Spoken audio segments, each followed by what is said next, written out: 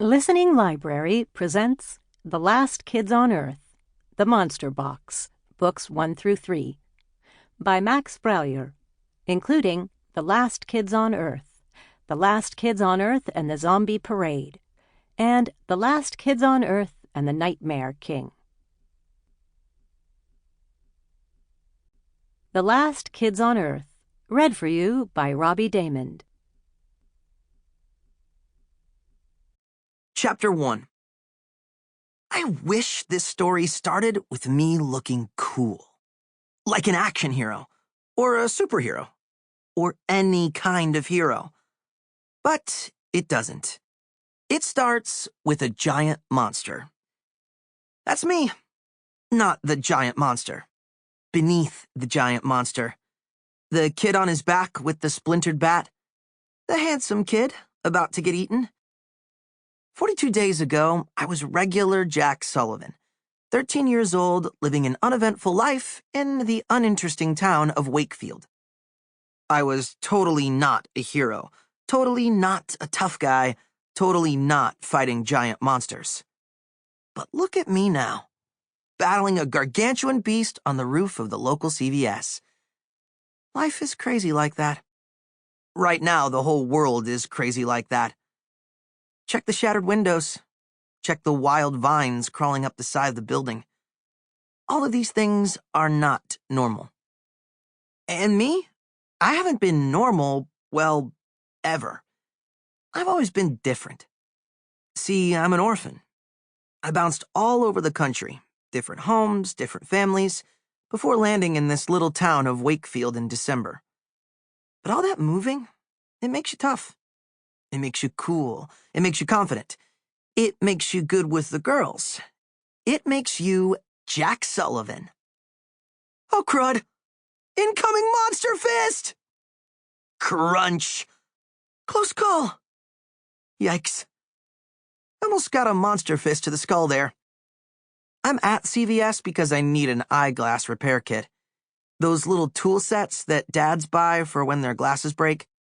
I know. That's a lame thing to need. But I have a walkie, and that walkie is busted. And to fix that walkie, I need a really, really, really tiny screwdriver. And the only place to get a really, really, really tiny screwdriver is in an eyeglass repair kit. This was supposed to be a quick, easy trip to CVS. But one thing I've learned about life after the monster apocalypse, nothing's quick and nothing's easy. This monster here is the foulest, most ferocious, and just plain horrible thing I've encountered yet. He's straight up ka-slam! Yikes. The monster's massive fist pounds the roof until it cracks like thin ice. I trip, tumble back, and land hard on my bony butt. It's time to stop being this monster's punching bag. See, I've kind of been the world's punching bag for a while, and it just ain't a whole lot of fun. So I'm fighting back. I get to my feet. I dust myself off. I grip the bat in my hand. Not too tight, not too loose, just like they coach you in Little League. Only I'm not trying to hit some kid's lousy curveball. I'm trying to slay a monster. I leap at the monster, arcing through the air, engaging in a deadly duel. Who will triumph? Well, basically, he triumphs. The monster's massive hand snatches me out of midair. I'm a thimble in his gargantuan grasp. I try to grab hold of my baseball bat blade, aka the Louisville Slicer, but the monster's crushing grip pins my arms to my sides. He pulls me in close to his face. Thick saliva like slime oozes down his lips. His eyes scan me over, and his gaping nostrils flare as he inhales my scent. I feel like that blonde babe in King Kong. Only I don't think this beast wants to hug me and love me. He sniffs some more, blowing my hair back as he exhales. I turn my face. His breath. It's just... wow. My man here needs to floss.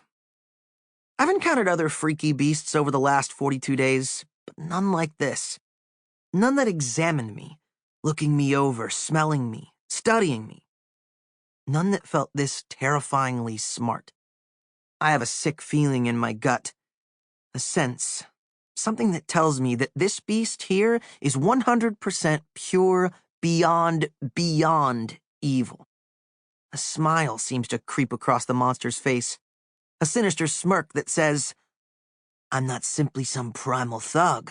I'm a monstrous villain, a great evil, and I will enjoy inflicting pain upon your tiny human body. With a spine-tingling moan, the beast's mouth opens wide, revealing an army of dirty fangs, with chunks of flesh between each tooth.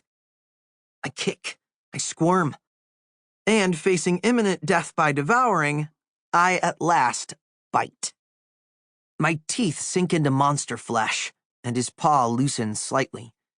Just enough for me to wrap my fingers around my blade's handle, rip it free, and I slam the bat into the creature's thick cranium until he roars. A sound like blarg. And his palm opens and... Uh-oh. I'm plummeting through the air, down through the hole in the roof, into the CVS. Oof! I land in the junk food aisle.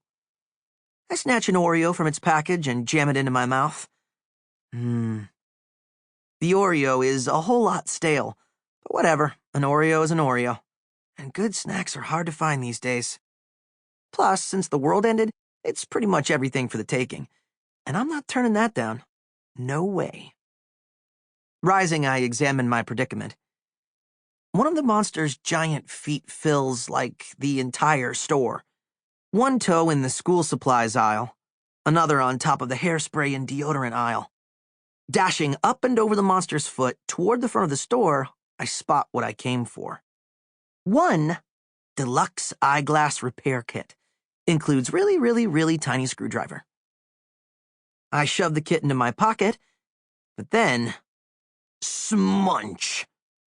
The monster's clawed fingers tear through the roof like it's nothing. The ceiling collapses around me as I dart for the door.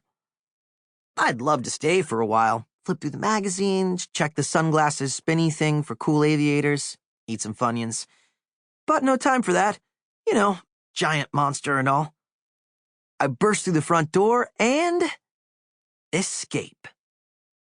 I dash past a crumpled car and through an overgrown yard, and slide beneath the caved-in porch of an abandoned house. I pull out my camera. I always carry my camera. Always. I raise the viewfinder to my eyes, twist the lens, zoom in, and... snap. I photograph every monster I come across, so later on I can study their attacks, and defenses, and strengths, and weaknesses, and junk. Also, it's just rad to say I'm a monster photographer. I give each monster a name, too. But what to call this guy? What to call a monster so terrifying that just looking at him scrambles my insides with French fried fear? The big beast roars again, a sound like blarg. Blarg. That's got a ring to it. Suddenly, there's a racket like a wrecking ball crashing into 10 million Legos. The CVS is crumbling, collapsing, as blarg stomps through its walls into the parking lot. When the smoke clears, I see the monster, fully for the first time. Upright, standing tall on legs as thick as tree trunks. A monumental terror. He is blarg. Includes traits of 40 feet tall, smells like 3-day-old barf, armored skin, clawed hands, you know, for clawing stuff, and disgusting tentacles. Blarg lowers his nose to the ground and sniffs. He lifts up a car and peeks underneath. Holy crud! He's on the hunt. He's searching. For me!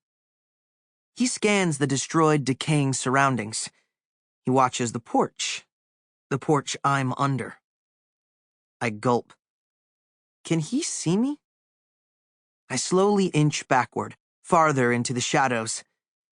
He stares at the porch a moment longer, then raises his head to the sky. A deafening howl of frustration erupts from his lungs. Guess he doesn't see me. Blarg turns and stomps his way down Spring Street. away from the ruins of the CVS, sniffed. Sample complete. Ready to continue?